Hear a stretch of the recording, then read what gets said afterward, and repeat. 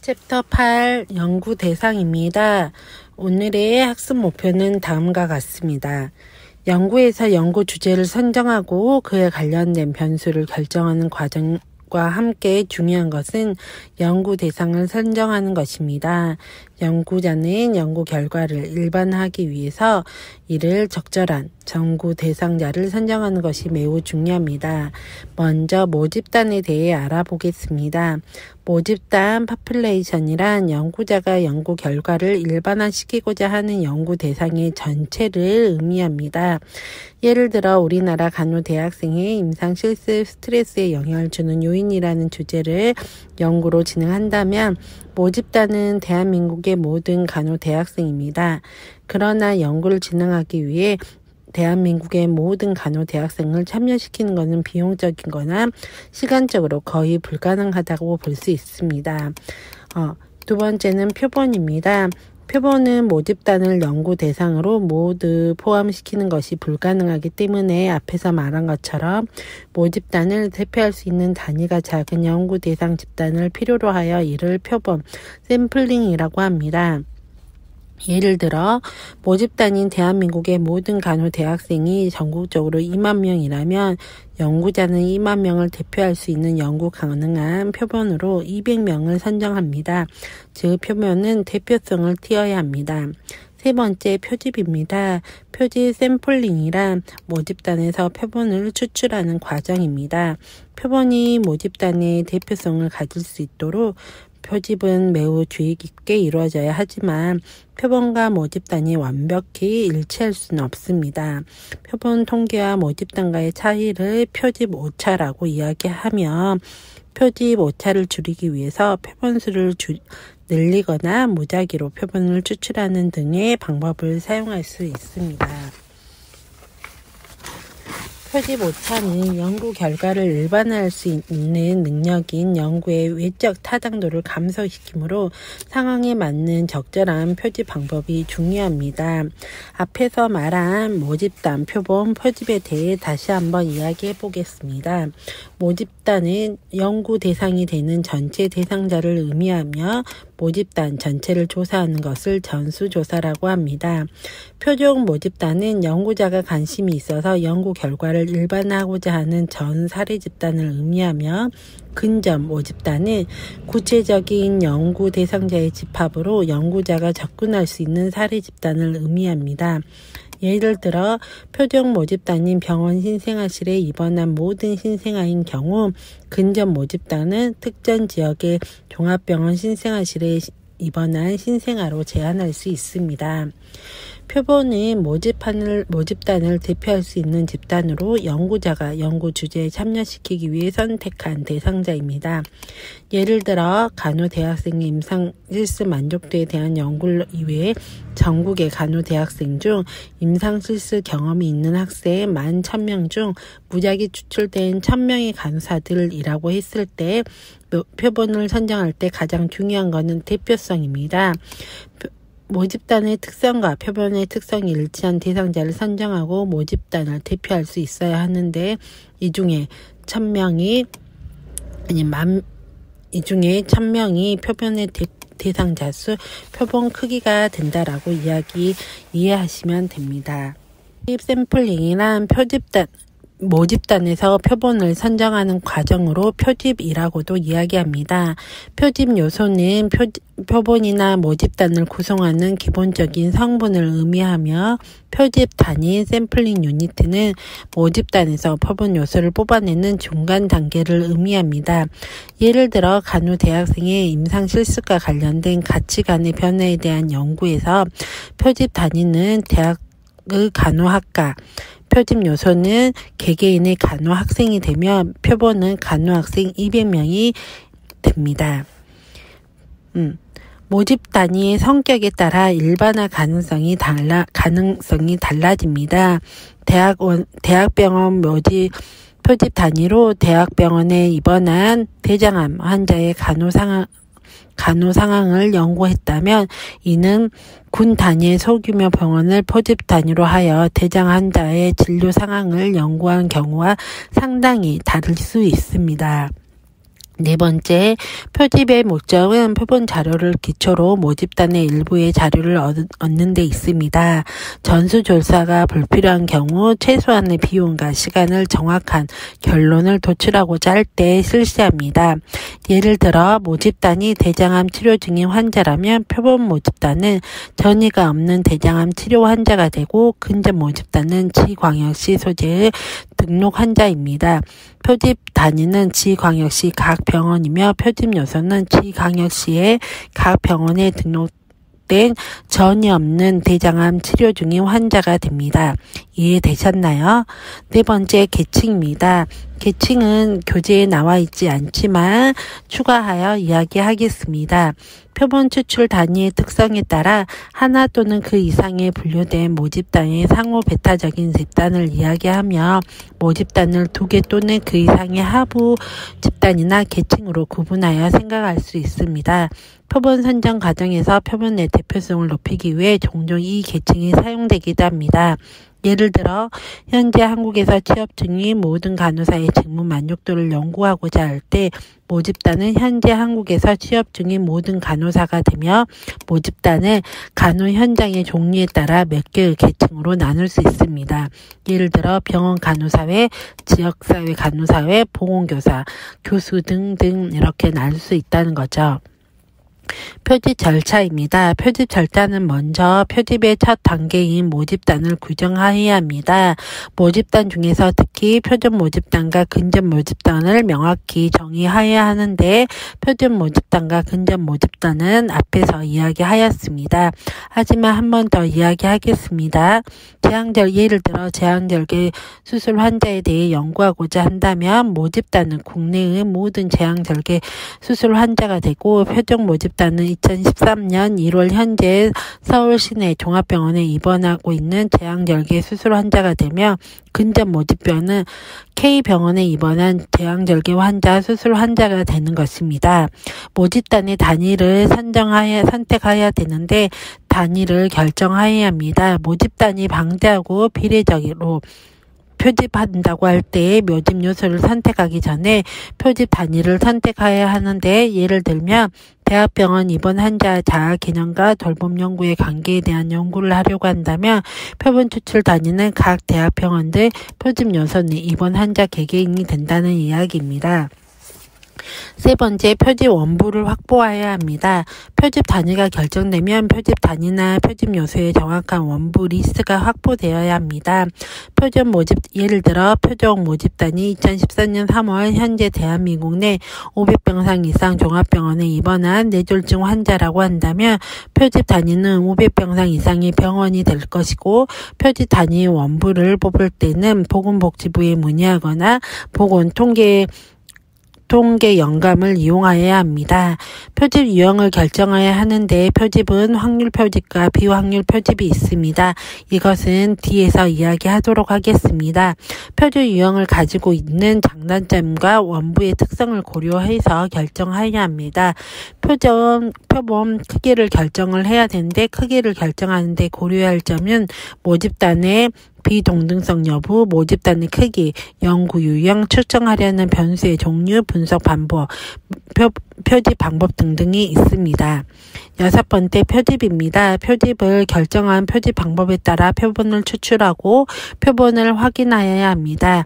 대상자가 사람인 경우 이름, 주소, 연령, 교육 정도, 경력 등 중요 사항을 기재하고 도수 분포표를 작성하여 추출된 표본이 어느 정도 모집단을 대표하는지를 잠정적으로 평가해 보는 것이 좋습니다. 여덟 번째, 표본을 수정하고 보완해야 합니다. 표본을 뽑았으면 수정하지 않는 것이 원칙이지만 표본으로 선정된 사람이 이사를 갔거나 다른 이유로 자료 수집이 불가능할 경우에 표본을 수정 보완할 수 있으며 표본의 특성이 모집단의 차이가 많이 나는 경우에도 표본의 대표성에 문제가 있기 때문에 표본을 수정할 수 있습니다. 아홉 번째, 해석과 비교입니다. 표본을 이용하여 자료를 수집한 후 자료를 분석하고 해석하며 논문의 결과 보고 단계이며 표본의 신뢰도를 밝히고 그 신뢰도에 따라서 연구 결과를 해석할 수 있습니다. 이상의 절차가 끝나야 표집이 끝났다라고 할 수 있습니다. 목적은 크게 확률표본 추출법과 비확률 표지법으로 나누어질 수 있습니다. 확률적 표지 방법은 표본을 추출할 때 연구자의 영향이 개입하지 않아 무작위로 주사위를 던지는 것처럼 모든 대상이 표본으로 선정될 확률이 동일한 경우를 말하며, 비확률적 표지 방법은 연구자의 의도가 개입되어 상황적 편의에 따라 비확률적 표본을 추출하는 방법입니다. 따라서 비확률적 표지 방법은 확률적 표지 방법에 비해 표지 모차가 크고 상대적으로 대표성을 나타내는 외적 타당도가 상대적으로 낮은 방법입니다. 확률 표본 추출법에는 단순 무작위 표지법, 층화 무작위 표지법, 증량 표지법, 계통적 표지법이 속하며, 비확률적 표지법에는 임의 표지법, 편의 표지법, 눈덩이 표지법, 의도 표지법, 전문가 표지법으로 나눌 수 있습니다. 먼저 표지 분류에서 확률적 표지법을 먼저 알아보겠습니다. 확률적 표지법에서 첫 번째, 단순 무작위 표집입니다. 이는 확률 표집 중 가장 기본적이고 단순한 방법이라 할 수 있습니다. 모집단 내에 각 요소가 표본으로 선택될 수 있는 기회가 균등하게 부여됩니다. 표집의 절차는 연구자가 표적 모집당을 정하고 대상자의 선정 기준을 정한 다음 표집의 틀을 준비하게 됩니다. 표집 틀이란 연구 대상이 될 표본 요소 혹은 표집 단위를 모두 나열한 목록입니다. 그 명단에 일본어를 붙이며 선택을 하게 됩니다. 장점은 표본의 대표성을 확보하는데 효율적으로 훌륭한 방법이지만 시간과 노력이 많이 소요되며 모집당이 큰 경우 사용하기가 어렵고, 동일 크기의 표집인 경우 층화 표본보다 오차가 커서 비효율적이라는 단점이 있습니다.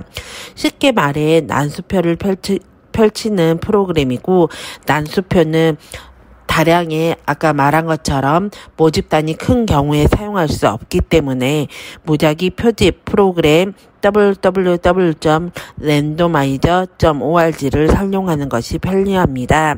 그림 8-1에서처럼 만약 연구자가 1000명의 모집단에서 실험군 50명과 대조군 50명을 무작위로 추출할 때 항목에 입력한 후 randomize now를 클릭하면 결과가 나오고, 무작위로 추출할 것뿐만 아니라 실험군과 대조군을 대상을 무작위로 배정하는 것이 가능합니다. 두 번째, 계통적 표집입니다. 모집단의 목록에서 일정한 간격을 두고 대상을 추출하는 방법으로 대상은 단순 무작위 표집과 같이 무작위로 선택한 후 이 정한 간격으로 원하는 만큼 추출하는 과정입니다. 표 152페이지를 보시면 됩니다. 예를 들어 A 대학 간호대학의 400명 중에서 50명을 추출한다면 간격은 400 나누기 50으로 8이 됩니다. 8번이 1번과 8번 사이에 무작위로 번호를 선택했을 때 7번이 나오면 다음 8번 간격으로 15번, 23번, 31번, 399번까지 총 50명을 추출하게 됩니다. 이는 단순 무작위 표집보다 좀 더 빠르고 빠르지만 명단이 고르게 분포되지 않는 경우에 대표성이 감소될 수 있습니다. 세 번째로는 층화 무작위 표집입니다. 이는 모집단의 대상을 2개 이상의 계층이나 하위 집단으로 구분한 다음 각 계층이나 하위 집단에서 표본을 무작위로 추출하는 방법입니다. 모집단의 구성 요소와 모집단 계층의 구성 비율에 관한 자료가 준비되어 있어야 하며, 모집단의 속성, 즉 계통의 비율을 잘 모를 때는 적용하기 어렵습니다. 연구자에게 작은 규모의 표본을 사용해도 대표성을 얻을 수 있는 큰 장점을 보입니다. 층화 무작위 표집에는 두 가지로 나누는데 비례층화 묘집과 비비례층화 표집으로 나눕니다. 비례층화 묘집은 구성 비율대로 표본수를 무작위로 뽑는 방법으로, 비례층화의 표집의 순서는 표적 모집단을 결정하고 모집단 내에 타당한 계층을 찾은 다음 각 계층의 비율을 파악하고 각 계층별로 명단을 작성한 후에 각 계층별로 표집을 하는 방법이며, 층화 표집은 각 계층 내의 표본 선정이 비례층화 표집과 같지만 각 계층 내의 표본수는 계층별 모집수에 비례하지 않는 경우가 이에 해당됩니다. 예는 다음과 같습니다. 그래서 예를 들면 학년별로 1학년들로 편중된 경우, 4학년들로 편중된 경우 결과가 달라질 수 있기 때문에 학년별 특성을 골고루 포함해서 대표성을 있는 표본을 추출하여 각 학년별로 계층을 무작위로 추출하는 방법입니다. 이는 모집단의 특성을 사전에 알고 있는 경우에 표본의 모집단을 잘 대표할 수 있도록 되어 있습니다. 네 번째는 군랍 표집입니다. 군랍 표집은 개개인이 아니라 집단을 무작위로 추출하는 방법인데, 예를 들어 전국의 졸업반 간호대학생을 대표할 수 있는 500명을 해야 되는 경우 먼저 광역시, 특별시 명단에서 무작위로 5개 장소를 선택한 후에 5개 장소에서 소개되는 간호대학의 명단을 무작위로 5개 대학을 선정하고 또 선택된 대학의 모든 졸업반 간호 대상을 전체를 포함하거나 무작위로 500명을 선택하는 방법입니다.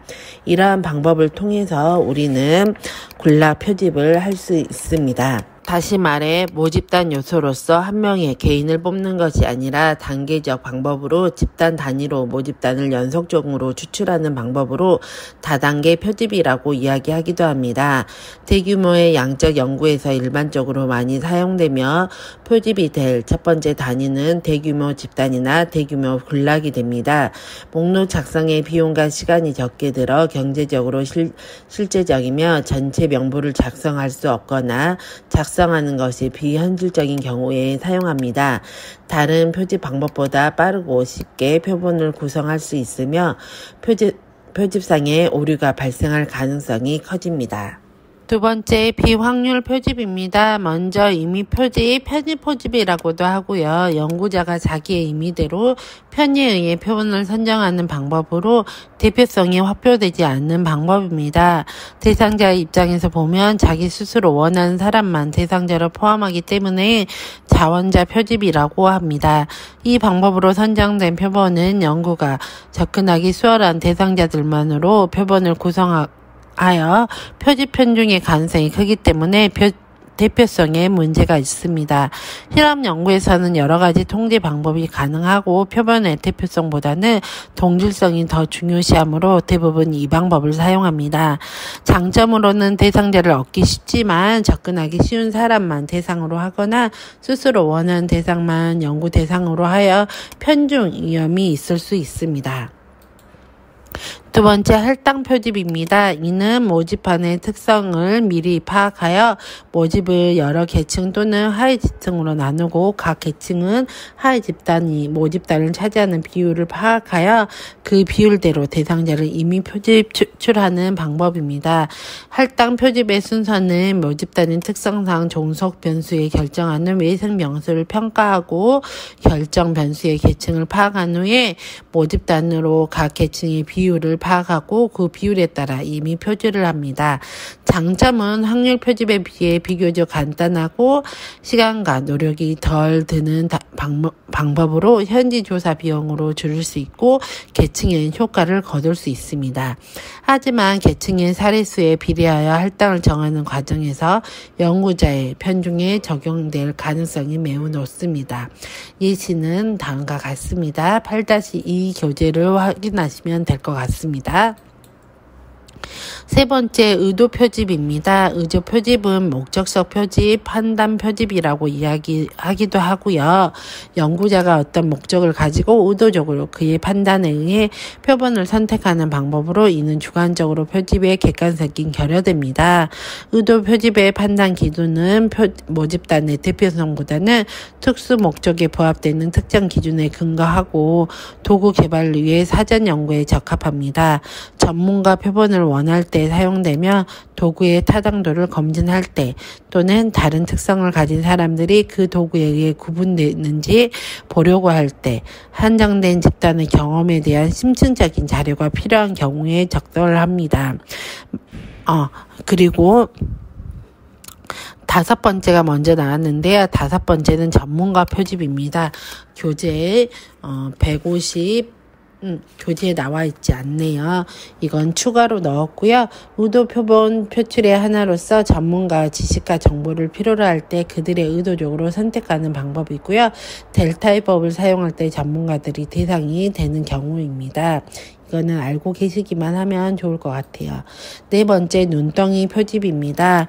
이는 네트워크 표집이라고 이야기하기도 하고요. 사회적인 지지망을 활용해서 연구 대상자의 한두 명이 파악되면 그 대상자들로 자기 동료나 친구들 중에서 같은 문제를 가지고 있는 대상자를 소개받아서 연구 대상을 하는 방법입니다. 대표성이 결여된 방법으로 연구자가 특정 모집의 구성을 찾기 어려울 때 사용되고 성병 환자나 에이즈 환자, 알코올 중독, 동성연애자, 변태 성욕자, 약물 중독자 및 범죄자, 신체 장애자나 정신장애자를 가진 감정을 대상으로 하고자 할 때 주로 사용합니다. 양적 연구에서 표지 방법으로는 바람직하지 않지만 연구 중에 현상이 모집단 내에 동질성을 띠고 있는 경우라면 편중의 가능성을 최소화해야 합니다. 연구의 현상이 이질적이라면 편중의 가능성이 매우 높은 접근법이며 편의 표집에 의한 양적 연구의 결과 해석은 신중을 해야 됩니다. 그림 8-4 눈덩이 표집의 예를 보시면 쉽게 이해할 수 있을 겁니다. 이렇게 표본의 크기를 결정하는 데는 고려해야 할 요인들이 있습니다. 양적 요인은 질적 연구에 비해 많은 수의 표본이 필요하고 모집단이 동일한 경우에 이질적인 경우보다 표본의 크기가 작아도 괜찮습니다. 모집단의 크기가 클수록 표본의 크기가 커져야 하며 연구 설계에 따라 표본의 크기는 달라지게 됩니다. 예를 들어 조사 연구에서는 실험 연구보다 더 많은 수의 표본이 필요하고 실험 연구에서는 검증력과 유의도 수준을 고려해서 표본 크기를 결정하여야 합니다. 상관성 연구에서는 측정 도구와 문항수에 따라 표본 크기를 결정하며 종단적 연구에서는 횡단적 연구보다 탈락률이 높아서 표본 수도 커야 합니다. 이러한 분석하는 변수의 수가 많을수록 표본의 크기가 커야 하며 비모수 통계 검증으로 분석하는 경우에는 표본의 크기가 작습니다. 표지 방법에 따라 표본의 크기가 다르며 검는여 분석도 표본의 크기를 결정하는 데 중요한 역할을 하고 있습니다. 표본 크기 산정 방법입니다. 연구 계획을 할 때 얼마나 많은 대상자를 연구에 포함시킬 건지를 결정하는 것은 매우 중요합니다. 연구를 마치고 대부분의 연구자가 연구의 제한점에서 표본 크기가 작았음을 진술합니다. 그렇다면 표본 크기가 클수록 좋은 연구를 할 수 있을까요? 연구자는 연구를 진행하는 시간과 경제적인 면을 고려해서 연구 진행의 분석을 고려해서 가장 적절한 표본 크기를 산출하기를 원합니다. 이러한 표본 크기를 산출을 하는데 고려해야 할 변수는 크게 유의 수준, 검정력, 효과 크기가 있습니다. 첫 번째, 유의 수준입니다. 유의 수준은 제1종 오류를 허용하는 수준이며 알파라고 표현합니다. 저희가 지난번에 유의 수준은 이야기하였습니다. 이렇게 유의 수준, 즉 1종 오류를 허용하는 수준을 0.5로 보통은 정하게 됩니다. 통계 분석에서는 P는 0.05보다 작다라고 표현하는데 이는 100번을 시도했을 때 오류를 5번 미만으로만 허용되는 것을 의미합니다. 오류가 5번 이상이 되면 결과가 통계적으로 유의하지 않다고 결정을 내립니다. 이러한 일정 오류의 범위는 연구를 시작하기 전에 연구자가 미리 결정하는 것으로 강한 허용 범위는 P는 0.05보다를 더 엄격하게 P는 0.01로 결정할 수 있습니다. 이는 1000번을 시도했는데 10번만 10번 미만만 허용한다는 이야기입니다. 그림 8-5를 살펴보면 첫 번째 그래프는 일정 오류 범위는 0.05로 결정하였으며 두 번째는 0.01로 결정하였습니다. 유의 수준은 0.01인 경우에 0.05보다 상대적으로 오류의 허용 범위를 적어 좀 더 엄격하기 때문에 연구에 필요한 표본수는 더 커지게 됩니다. 즉 유의 수준 제1종 오류의 허용 범위가 작아질수록 필요한 표본수는 더 커지게 됩니다. 두 번째는 검정력입니다. 검정력은 제2종 오류 베타를 범하지 않는 확률입니다. 1-베타라고 표기합니다. 제2종 오류도 우리가 수업 시간에 보였습니다. 이는 효과가 있는데 효과가 없다고 할 오류를 이야기합니다. 제2종 오류는 제1종 오류보다는 치명적이지 아니기 때문에 대부분 20%를 허용합니다. 따라서 검정력은 연구 시작 전에 대부분 80으로 범위를 정하는데 그림 8-6에서와 같이 2종 오류를 20으로 허용하기 때문에 검정력은 1-20에서 80%가 되는 것입니다. 만약 연구자가 좀 더 엄격하게 2종 오류의 범위를 10%로 줄인다면 검정력은 90%가 되고 이를 위해서 필요한 표본 크기는 더 커져야 합니다. 즉 검정력이 높을수록 필요한 표본은 더 커진다라고 이야기할 수 있습니다. 세 번째 효과 크기입니다. 효과 크기는 독립변수와 정소변수의 관계, 강도 혹은 크기입니다. 어떤 존재의 효과 크기, 즉 실험군과 대조군의 평균값의 차이를 표준 편차로 나눈 값이라고 할 수 있는데 일반적으로 효과 크기는 스몰, 미디움, 라지로 구별되면 실험 연구 t-테스트에서 예를 들면 스몰은 실험군과 대조군의 평균의 차이가 0.20, 표준 편차의 경우 미디움은 0.50, 라지인 경우엔 0.80인 경우입니다. 효과 크기가 크면 클수록 효과가 확실하다는 의미이기 때문에 검증을 위해서 필요한 표본 크기는 상대적으로 작습니다. 반면에 효과 크기가 작다면 이를 검증하기 위해서 필요한 표본수는 더 커지게 됩니다. 효과 크기는 연구를 진행한 후에 계산할 수 있기 때문에 연구자가 연구 전에 효과 크기를 검증할 때는 진행하려는 연구와 비슷한 선행 연구의 효과 크기를 선택하거나 중간 크기, 미디움 이펙트 사이즈를 선택을 하게 됩니다. 연구 전 표본수 계산 시에 라지 이펙트 사이즈를 선택하는 것은 매우 위험합니다.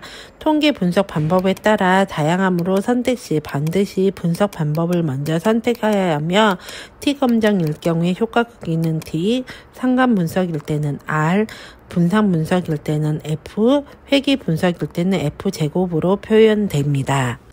표본 크기 계산 방법입니다. 표본 크기를 계산하는데 유의 수준, 검증력, 효과 크기를 어떻게 영향을 미치는지 공식을 통해 알아볼 수 있는데 위 공식은 실험군과 대조군의 두 개의 독립군을 선정하는 실험 연구에서 각 군의 표본 크기를 계산하는 공식으로 알파는 유의 수준, 1-베타는 검정력, 그리고 효과 크기입니다. Z는 표준화 점수인데 이런 것을 통해서 계산하는 것은 좀 더 어렵습니다. 표본 크기를 계산을 좀 더 쉽게 하기 위해서는 표본 크기 계산 프로그램 G파워 프로그램을 활용하는 것이 좋은데 현재 무료로 배포하고 있는 G파워 표본수 계산 프로그램은 버전 3.1.9.2 버전까지 있습니다. 아마 교재는 3.1.9.2까지 있다라고 되어 있는데 현재는 제가 알기로는 더 버전이 더 높게 나와 있는 걸로 알고 있고요. 먼저 표본수를 구하기 위해서는 G파워 프로그램을 무료로 다운받아 설치한 후에 통계 분석 방법을 선택해야 합니다. 이러한 표본 크기를 계산하기 위해서 공식을 활용해서 일일이 계산하는 것보다 혹은 대략적으로 나열된 표를 사용하는 것보다 G파워와 같은 표본 크기 산정 프로그램을 사용하여 정확한 표본 크기를 구하는 게 훨씬 더 쉽습니다. G파워 프로그램 외에도 패스, 스타트, 플러스, 스팀, 플랜, 엔큐러, 어드비어, PC 사이즈 등 다양한데 그 중에 G파워를 가장 많이 사용하고 있습니다. G파워 프로그램을 제가 구글을 이용해서 검색하였더니 http://gpower.hu.d가 나옵니다. 이것을 클릭해서 들어가 보면 G파워라고 나와 있고요. 그 밑에 쭉 내려보면 다운로드가 되어 있습니다. 그래서 현재 3.1.9.7 버전하고 3.1.9.6 버전이 있기 때문에 본인의 PC의 사양에 맞춰서 다운받아 보시는 것도 경험일 것 같습니다. 이렇게 G파워까지 다운받았고요. 그러면 G파워를 이용해서 우리 표본 크기에 영향을 주는 변수를 한번 살펴보도록 하겠습니다. 먼저 유의 수준입니다. 유의 수준은 앞에서 말한 것처럼 제1종 오류, 심각한 오류를 말하고 대부분 0.05로 정하고 있습니다. 하지만 좀 더 엄격하게 0.01로 범위를 줄인다면 유의 수준을 줄일수록 필요한 표본 크기는 증가함을 알 수 있습니다. 이건 따로 우리가 실습을 하지 않기 때문에 여러분이 관심이 있다면 G파워 프로그램을 다운받아서 한번 연습해 보는 것도 경험일 것 같습니다. 두 번째, 검정력입니다.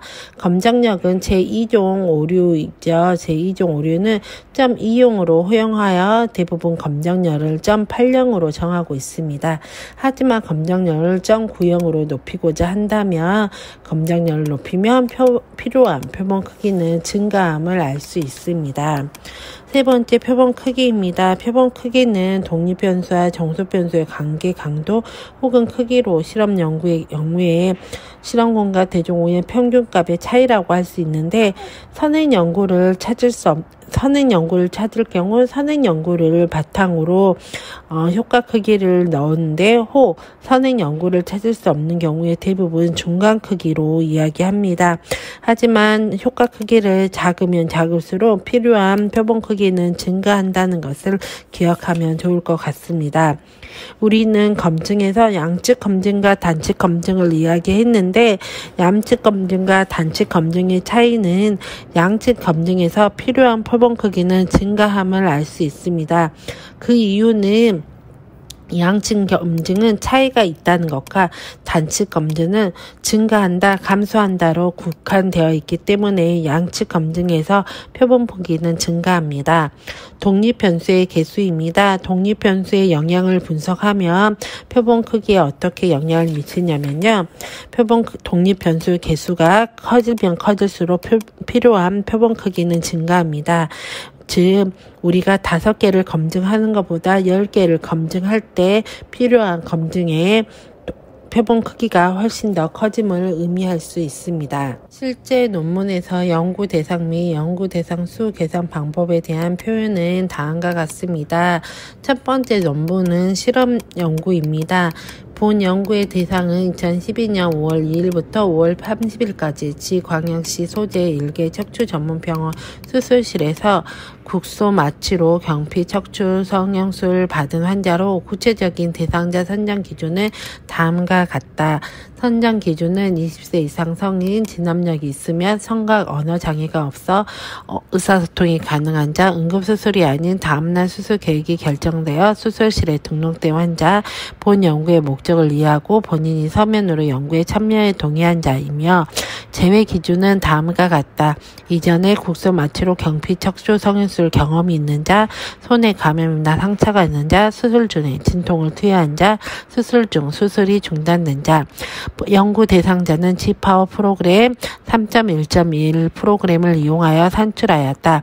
유의 수준 0.05, 양측 검증, 검정력 1-베타 0.90, 효과 고기 D 0.4, 자유도 1, 집단 3, 3개 변수를 공면난 철회하여 앙코바 검증에 필요한 표본수를 계산한 결과 최소 표본수 84명으로 산출되어 최종적으로 실험군 1군 30명, 실험군 2군 34명, 실험군 3군, 대조군 30명으로 총 94명을 대상으로 지표를 분석하였다라고 이야기되어 있습니다.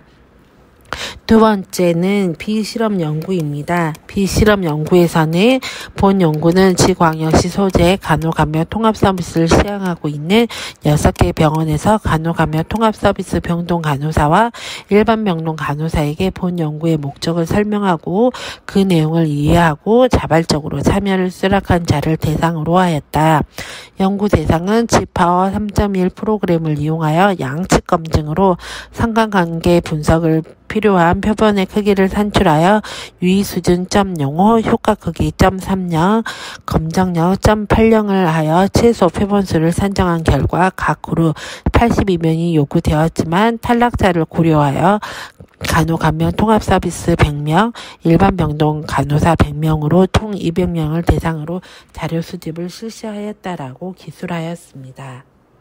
이렇게 기술하는 방법까지 배웠고요. 표본 크기는 연구를 하기 위해 가장 중요한 자료 중에 하나입니다.